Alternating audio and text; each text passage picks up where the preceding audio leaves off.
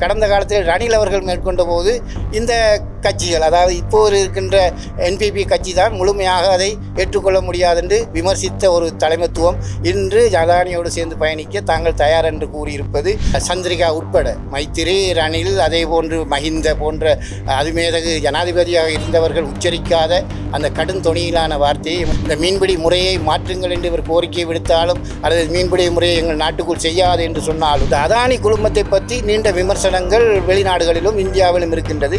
ஆனால் அதில் நாங்கள் பொருட்படுத்த வேண்டிய தேவையில்லை என்பதுதான். குறிப்பாக இந்தியாவில் நடைபெற்ற அதிமேதகு ஜனாதிபதி அவர்களுக்கும் இந்திய பிரதமருக்கான அந்த பேச்சுவார்த்தைகள், உடன்படிக்கைகள், நிறைய விடயங்கள் கலந்தாலோசனை என்ற பெயரில் நடைபெற்றிருக்கின்ற பல விடயங்கள் இருந்தாலும் அது இலங்கையின் பல அபிவிருத்திக்கும் இலங்கையின் எடுபடுகின்ற பொருளாதார நெருக்கடியில் மீட்சி வருகின்ற பல விடயங்களில் பல உடன்பாடுகள் ஒரு உச்சத்தை எட்டியிருக்கின்றது. அதனூடாக இலங்கை எதிர்காலத்தில் வளர்ச்சியடையும் என்ற நம்பிக்கையின் அடிப்படையில் செய்யப்படுகின்ற விடயங்களில் நாங்கள் கவனத்தை செலுத்தாது மீனவர் விடயத்தில் நாங்கள் பார்த்து கொண்டால் எங்களது ஜனாதிபதி அவர்கள் உறுதியான நிலைப்பாட்டில் அங்கே கருத்தை பதிவு செய்திருக்கின்றார். அதாவது இந்திய மீனவர்களின் வருகையினால், அவர்கள் செய்யும் தொழில் முறையினால், அந்த சட்டவிரோத மீன்பிடி முறையினால், இழுவை படகுகளின் தாக்கத்தினால் அங்கு மீனவர்கள் பாதிக்கப்படுகின்றார்கள். இந்த வார்த்தை இது கடந்த காலங்களில் நாங்கள் ஒப்பிடும்போது சந்திரிகா உட்பட மைத்திரி, ரணில், அதே போன்று மஹிந்த போன்ற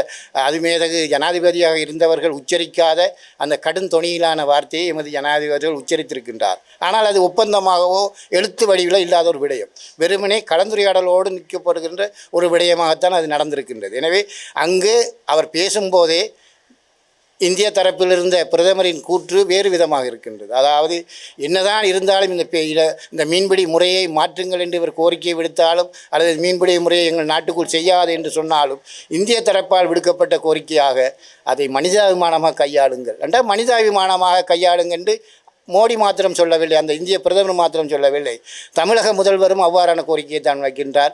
இந்திய தரப்பில் இருக்கின்ற மீன்பிடி தலைவர்களும் அவ்வாறான கோரிக்கையை தான் வைக்கின்றார்கள். இதை மனிதாபிமான கையாளுங்கள், மனிதாபிமான முறையில் நடந்து கொள்ளுங்கள் என்று. ஆனால் நாங்கள் தொடர்ச்சியாக வலியுறுத்தி வருகின்ற விடயம் ஒரு வாழ்வாதாரம், எங்களோட வாழ்க்கை, எங்களோட எதிர்காலம், எங்களோட கடல் சூழல் பாதுகாக்கப்படும் வேண்டும் என்ற விடயத்தை நாங்கள் அழுத்தமாக சொல்லி வருகின்ற வேளையில் எங்களது ஜனாதிபதி அவர்கள் எங்களது விடயத்தை அங்கு முன்கொண்டு செல்லும்போது அந்த தரப்பு, அதாவது எவ்வாறு எங்களது வளங்களை சுரண்டுகின்ற ஒரு அமைப்பு அல்லது அந்த நாட்டின் மக்கள் அவர்களுக்கான மனிதாபிமானத்தை கையாளுங்கள் என்று கோரிக்கை விடுப்பது ஒரு வேடிக்கையான விடயமாக இருக்கின்றது. நான் இங்கு பிரதமர் ஜனாதிபதி அவர்களின் உரைக்கு அப்பால் இங்கு இருக்கின்ற இந்தியாவில் இருக்கின்ற மீனவர்கள் தலைவர்கள் விட்ட அறிக்கையை நாங்கள் பார்க்க வேண்டியிருக்கின்றது. அவர்களும் இதே வார்த்தையை விடாப்பிடியாக இருக்கின்றார்கள். ஒரு புறம் இலங்கை ஜனாதிபதிக்கு அது இனிமேல் இல்லாத ஜனாதிபதிக்கு வழங்கிய வார்த்தையில் சொல்ல முடியாத பெரிய வரவேற்பை கொடுத்து கொண்டு, இன்னொரு புறம் இந்த மீனவர்களை மனிதமாக பயன்படுத்துங்கள்,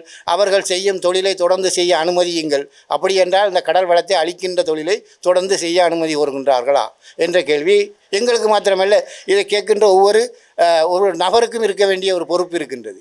நாங்கள் கடல் வளத்தை நாசமாக்காத, அதை கைவிடக்கூடிய, அந்த சட்டவிரோத மீன்பிடி முறையை நிறுத்தக்கூடிய வகைகளை செய்யுங்கள் என்று கேட்கும்போது மனிதாபிமானமாக அதை கையாளுங்கள் என்றால் உண்மையில் மீன்பிடிய வருபவர்களை நாங்கள் மனிதாபிமான கையாள வேண்டும் என்பது ஒரு கோரிக்கை, அதை ஏற்றுக்கொள்ளத்தான் வேண்டும். ஆனால் செய்யும் தொழிலை, அந்த சட்டவிரோத மீன்பிடியை மனிதாபிமான கையாளுங்கள் என்ற கோரிக்கையை ஏற்றுக்கொள்ள முடியாது. எனவே அந்த மீனவர்களை நாங்கள் மனிதாபிமாக கையாள வேண்டுமாக இருந்தால், இந்த நாடும் இந்த அரசும் ஆள வேண்டுமாக இருந்தால் முதலில் அவர்கள் அந்த தொழில் முறையிலிருந்து மாற வேண்டும். அந்த தொழில் முறையிலிருந்து மாறுவதற்கு கால அவகாசம் தொடர்ந்து இப்போதும் அந்த தலைவர் ஜேசுராஜ் என்பவர் கூறும்போது இப்போது இருக்கின்ற நிலையில் அந்த மாறுவதற்கு சில காலங்கள் எடுக்கும் என்றால், இவர்கள் காலம் என்று கூறுவது எந்த காலத்தை? 2010 காலம் வேண்டும் 3 வருடம் 1 வருடம் 2 வருடம் என்று 2010 16 வரையும் கேட்டார்கள். 16 ஒரு சட்ட ரீதியான ஒரு பேச்சுவார்த்தையிலும் இதே கோரிக்கையை வைத்தார்கள்.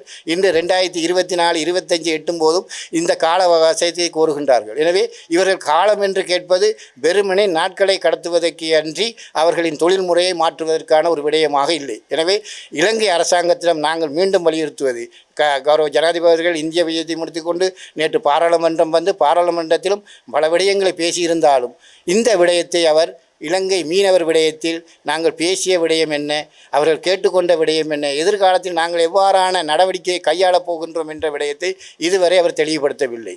நாங்கள் மீனவர்களாக இந்த அரசுக்கும் இங்கே இருக்கின்ற கடற்தொழில் அமைச்சருக்கும் நாங்கள் ஒத்துழைப்பு வழங்கவும் அதனோடு இணைந்து பணியாற்றவும் நாங்கள் தயாராக இருக்கின்றோம்.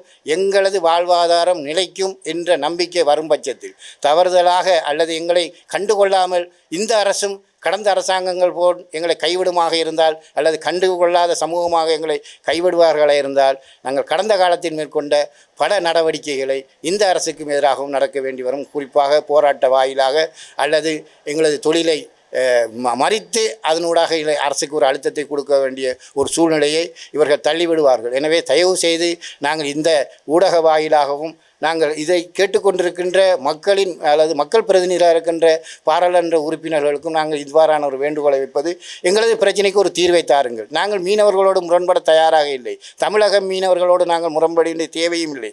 அரசு உருவாக்கி இருக்கின்ற சட்டத்தை 100% நடைமுறைப்படுத்தினாலே அதுக்கான வெற்றி இந்த வடமாகாண மீனவர்களுக்கு கிடைத்துவிடும். எனவே அரசிடம் நாங்கள் கோருவது ஒரு விடயம்தான்.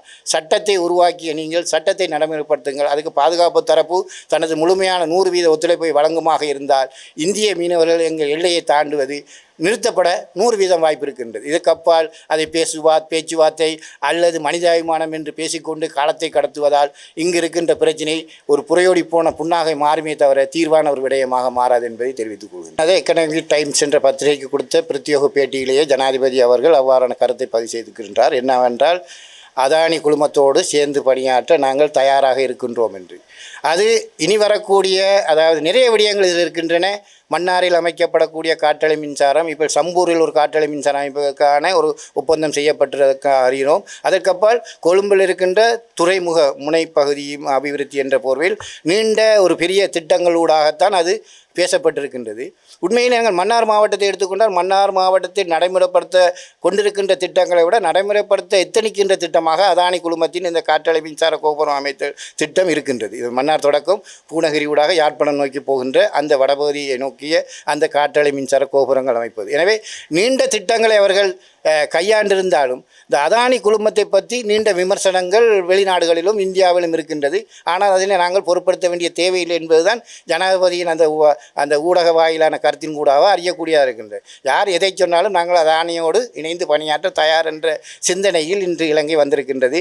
ஆனால் இதே வார்த்தையை கடந்த காலத்தில் ரணில் அவர்கள் மேற்கொண்ட போது இந்த கட்சிகள், அதாவது இப்போது இருக்கின்ற என்பிபி கட்சி தான் முழுமையாக அதை ஏற்றுக்கொள்ள முடியாது என்று விமர்சித்த ஒரு தலைமைத்துவம் இன்று அதானியோடு சேர்ந்து பயணிக்க தாங்கள் தயார் என்று கூறியிருப்பது அவர்களின் அரசியலின் அதாவது ஏலாத்தன்மையை காட்டுகின்றது. அதாவது அரசியலுக்கு முன்னர் ஒரு கதை பின்னர் ஒரு கதை என்ற கருத்தை தான் இங்கு வலியுறுத்துகின்றது. குறிப்பாக மன்னார் மாவட்டத்தில் எவ்வாறான திட்டமாக இருந்தாலும் அதை மீனவர்களுக்கும் அந்த வாழ்கின்ற மக்களுக்கும் பாதிப்பாக இருக்குமா இருந்தால் நாங்கள் நிச்சயமாக அதனை எதிர்ப்போம். இன்று காற்றலை மின்சாரம், மணல் அகழ்வு போன்ற திட்டங்கள் இன்னும் நடைமுறைப்படுத்தப்பட்டு கொண்டிருக்கின்றது. அதை தடுத்து நிறுத்திய பாடவில்லை. எனவே அதானி குழுமத்தோடு ஒப்பந்தம் செய்து மீண்டும் இந்த திட்டத்தை இங்கு கொண்டு வருவதாக இருந்தால் நாங்கள் நிச்சயமாக எங்களது எதிர்ப்பை அங்கு பதிவு செய்வோம்.